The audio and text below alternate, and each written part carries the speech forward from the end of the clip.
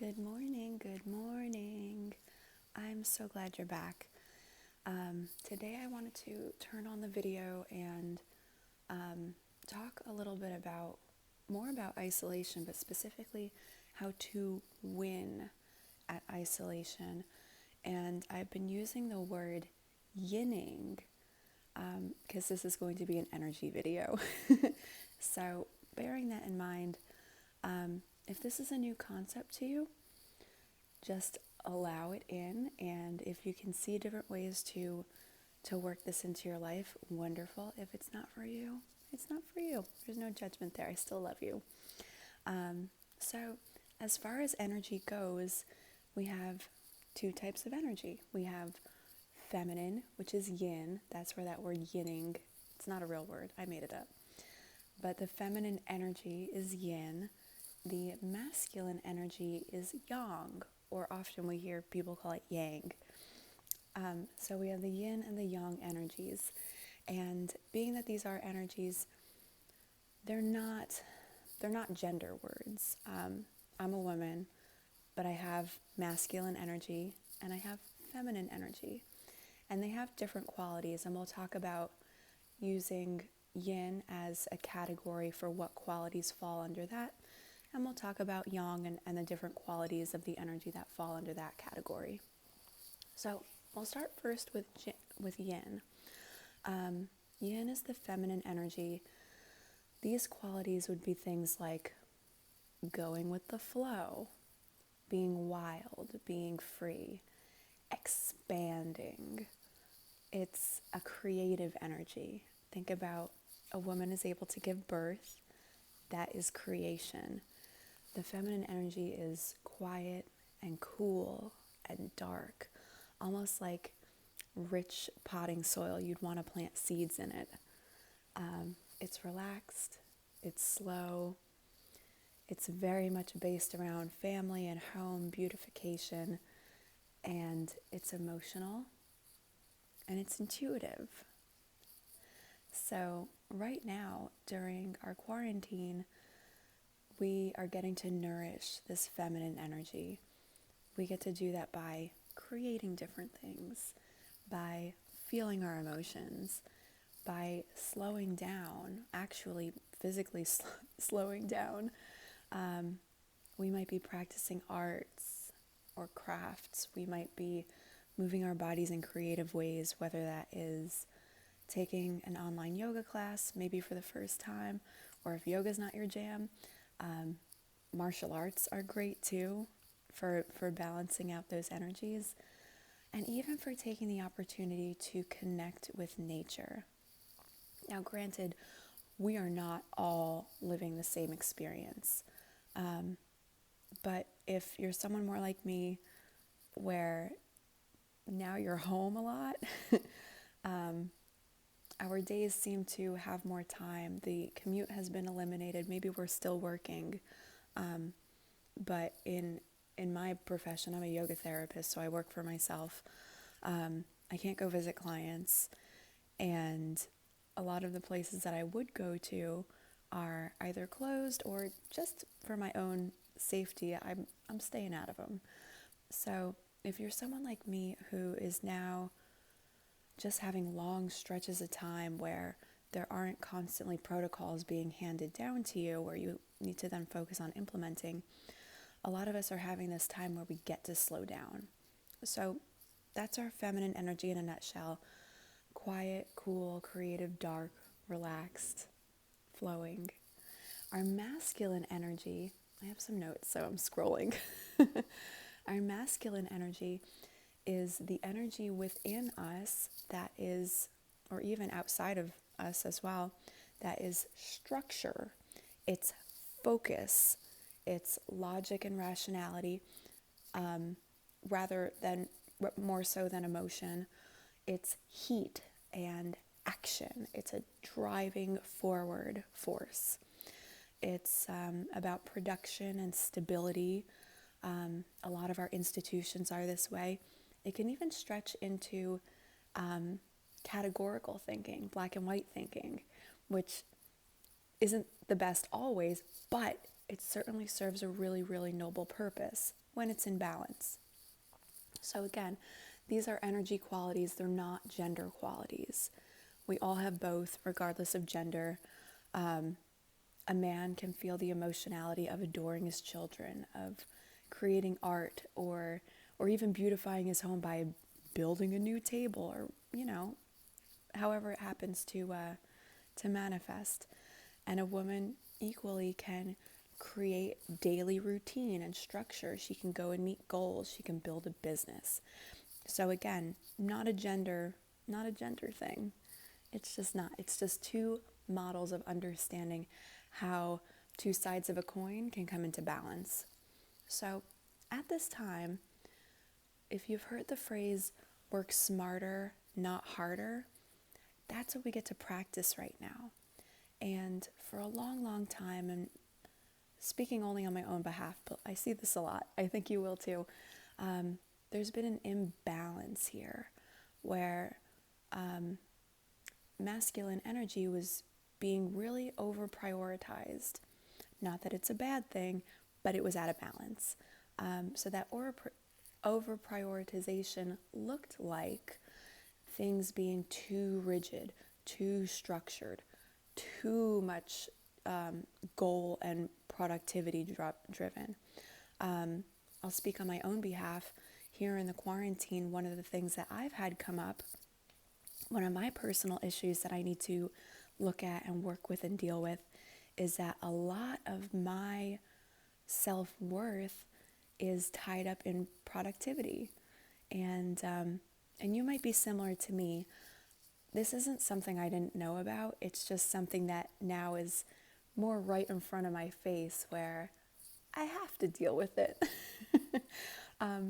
And there are ways to do that. It's always going to be a practice when we're looking at parts of us that are hurt or out of balance. And as far as masculine and feminine energies go, if one's out of balance, the other one is out of balance. The good news is you don't need to be a tightrope walker to have a harmonious balance between masculine and feminine energy. They can work together really, really beautifully on something that looks more like, if you were to imagine a football stadium, you have the numbered yard lines, and your balance of masculine and feminine, or even a work-life balance, can be anything that falls between the 30-yard line on one side and the 30-yard line on the other side. It doesn't need to be you straight and narrow down that 50-yard line, walking like a tightrope walker. It could be, but we can throw perfectionism out the window because, frankly, none of us are going to get there. We're going to end up insane. You could instead look at it as a bell curve. Your bell curve has that normal, healthy range where most people fall into, and then also has outliers. In any place in your life, if you aim to stay in that middle 50-ish%, that's going to be a good enough marrying of the two energies. So, what else? We have even more good news coming because all of these feminine energy qualities, we can relearn these skills. We can practice allowing the feminine energy to flow. And even if you are one of those people where now you're working from home, but you're working like exponentially more, it's still really important for you to get to practice these qualities of specifically relaxation. And what does it really take from us on our part? We need to prioritize it, like practice for anything else. If you don't prioritize basketball practice, you're not going to get better at basketball. Sorry, you might not even show up to the court if it's not on your priority list. We need some focus. We need integrity, which means if you make promises to yourself, you follow through. If you make promises to someone else, you follow through or you renegotiate. And we want to build in relaxation for ourselves. And we also want to have the ability to trust ourselves. These are really important. And why is that? Integrity and focus are masculine energy qualities. They protect your feminine. They protect your intuition. They protect what you know in your heart to be in your own best interest, that high path of love. And when we protect and prioritize our feminine energy, we end up growing closer to our soul. We end up growing closer to our intuition. We end up becoming more yoked with our divine, whether that's God or spirit or whatever happens to make the most sense and resonate for you. And also, when you follow through on your own intuition and you hold promises true to yourself, you end up with a lot more self-respect. You end up valuing yourself more. And those are beautiful things too. But going on, these things are possible, that coming into balance, these are possible only when we are able to find relaxation. Without the relaxation, it's very difficult to tap our intuition. If we're not relaxed, we got the fear in our brains. So it is important to relax and to get higher, wiser guidance. In other videos on the page, I talk about using our evolved human brains, the prefrontal cortex. This turns on and stays on when we're relaxed. Otherwise, it's just like the lizard brain driving us forward. So that's something also to, if you don't really connect with the idea of deities or divinity, that could be your model for understanding what we're talking about now and having it form a connection for you.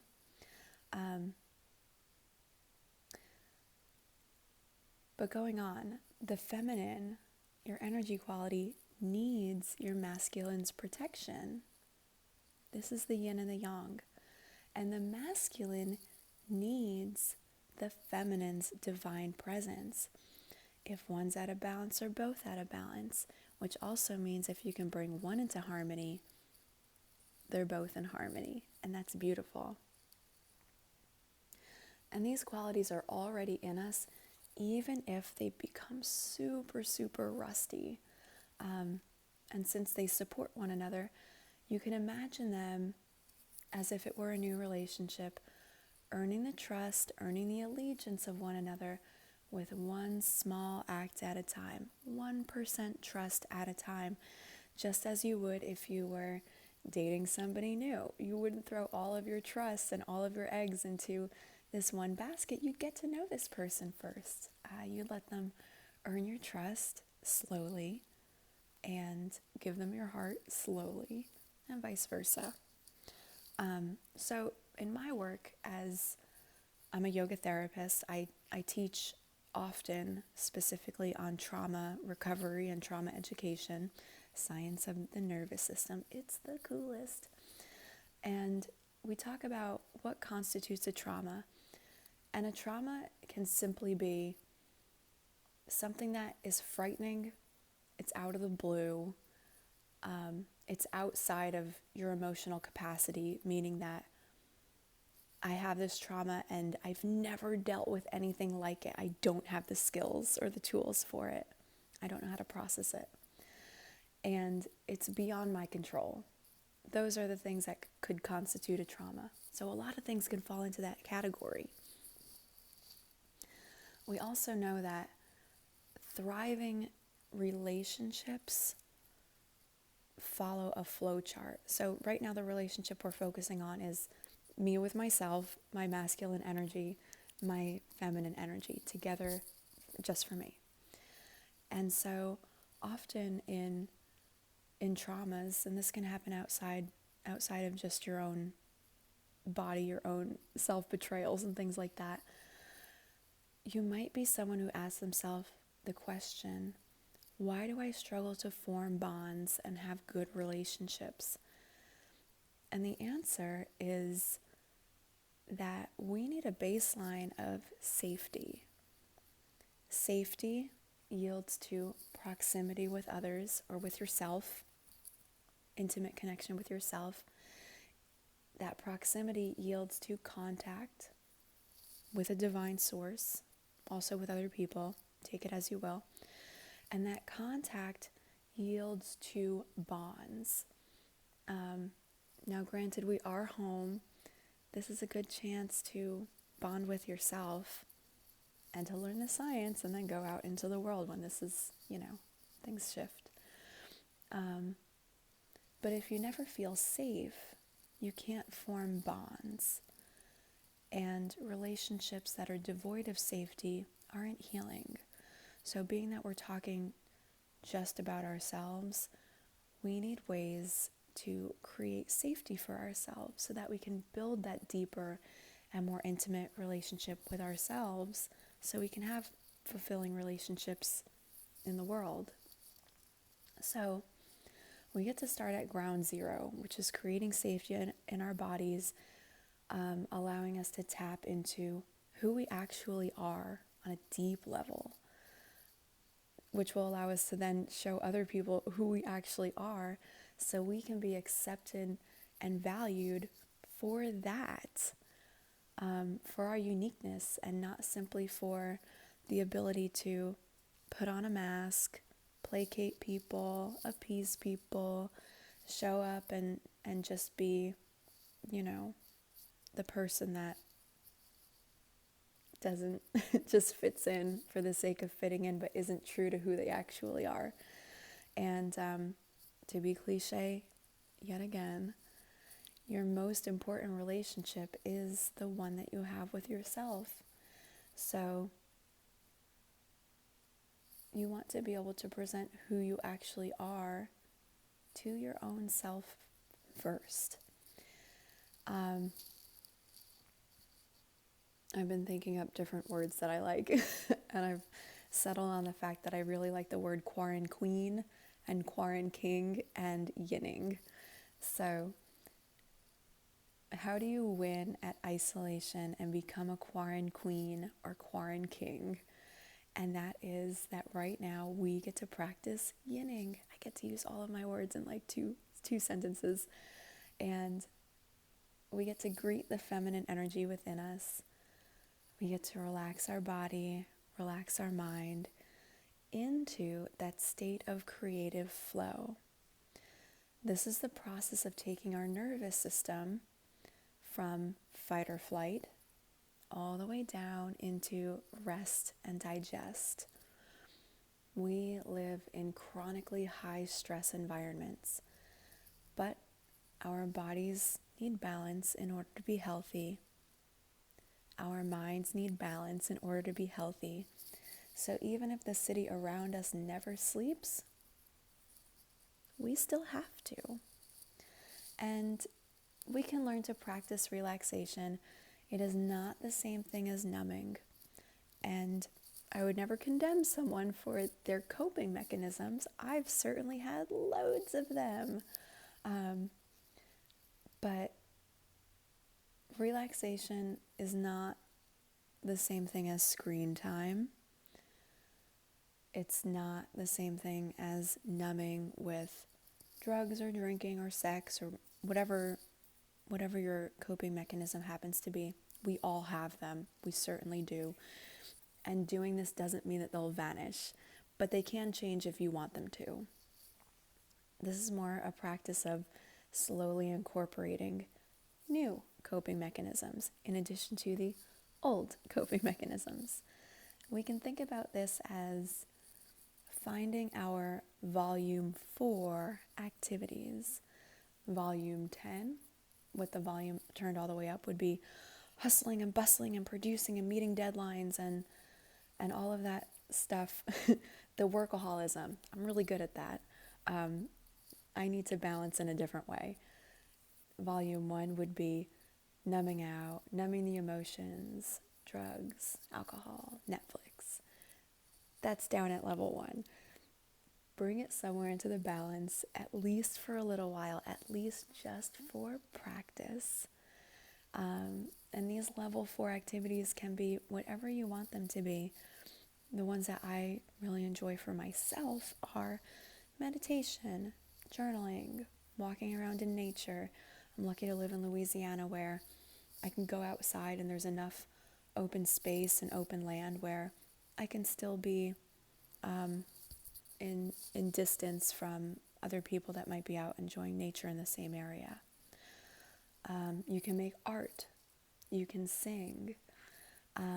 If you're someone who really struggles to sit down and meditate, you get the same benefits from singing. When you hold a note, that's the same thing as when a yoga teacher tells you to extend your exhale. It's the same thing. There are different ways to down-regulate the nervous system. It's not a cookie-cutter thing, and it never needs to be. So those would be your feminine energy tools, and then you would apply your masculine energy to focus yourself on learning relaxation. That safety and peace, like nearly anything and everything else, are inside jobs. There's no weapon on earth that can protect you if the threat is an imbalanced nervous system. Every coping mechanism we have, good ones, bad ones, mostly bad ones, are all attempts to down-regulate the nervous system and to give ourselves peace. There's no addicted person in the world that doesn't get a sense of better than I was as a result of doing the drug or taking the drink or playing with the technology. In an imbalance of stress, we will always feel threatened, even if there is no aggressor. So, my encouragement to you is to try some of these things out. You can make a list. Things I enjoyed, things I didn't enjoy. And if you're getting anything at all on the list of volume 4 activities that you did enjoy, focus on those. Have fun playing in those. And that is good enough. And you are good enough. And you are so lovable. I appreciate you. And my friends, until next time, I love you so very much. I appreciate you. And I want to see you healthy and well. Drop me a comment and let me know how it's going for you. And if you need recommendations, I'll make more videos. I love you.